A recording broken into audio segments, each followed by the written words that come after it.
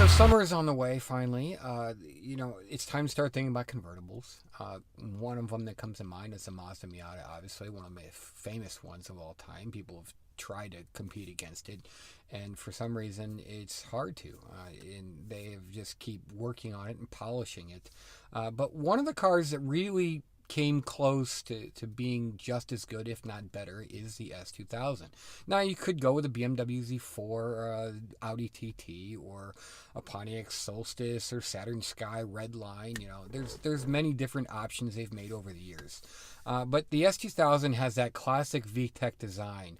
And, a big shout out to my friend Kyle for allowing me to film and experience the S2000. If you've never had a chance to experience one, please find somebody, experience it, drive it. You have no idea what you're missing. I know I didn't. So without further ado, the S2000.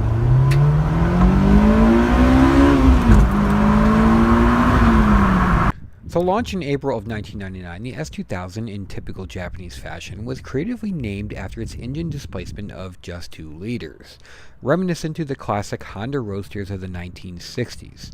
Now, the platform did enjoy a production run of about 10 years, with a facelift that came in 2003. Now, the car being a 2000, this features a front mid-engine rear-wheel drive layout, added to a 6-speed manual, and 237 horsepower. It also has a red line of 9,200 RPM. Now, it does feature a independent double wishbone suspension and electronically assisted power steering. Now, in 2003, it did have a facelift. They call it the AP2 version, which came with 17-inch wheels rather than the stock 16-inch wheels you see on this car. They came with significant tweaks to the suspension, as well as the engine stroke was lengthened in 2003, increasing displacement to 2.2 liters and lowering the RPM red line.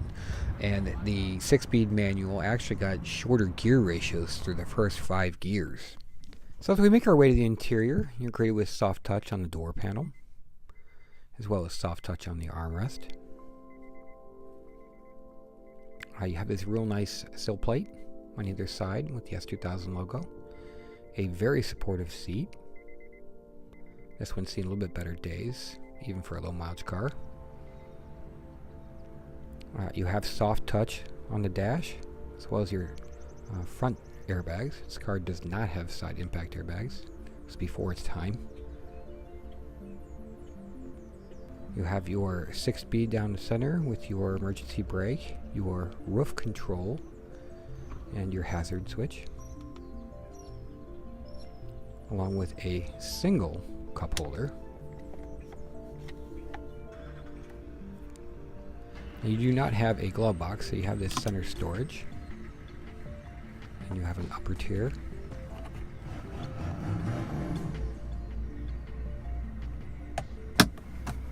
And you have your trunk release or boot release, depending on where you're from, and it's lockable.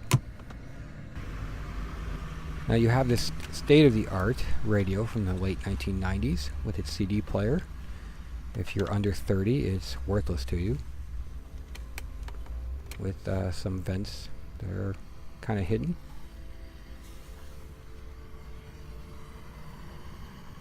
I do like the red start button. And you have your typical gauge cluster from the 2000s with its digital readout. It is nice to have this short throw shifter.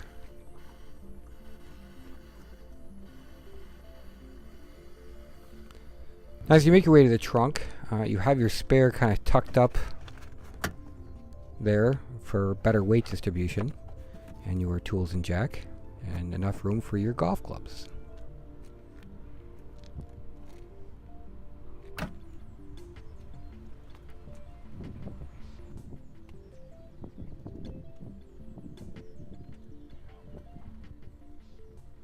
You do have a pocket for storage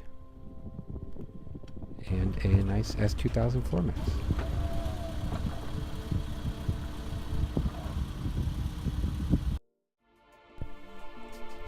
So with a 0 to 60 time of 4.9 seconds and an engine mounted behind the front axle for better 50-50 weight distribution, the S2000 is a perfectly well-balanced ride that will excite anyone at that 9,200 RPM redline. And with a comfortable driver position for taller drivers, it just doesn't feel like a small car. But as perfect as the S2000 is, it comes with a price of $15,000 to $20,000 for low mileage examples. In fact, you could pick up several Miatas for almost the same kind of money. Thanks for watching.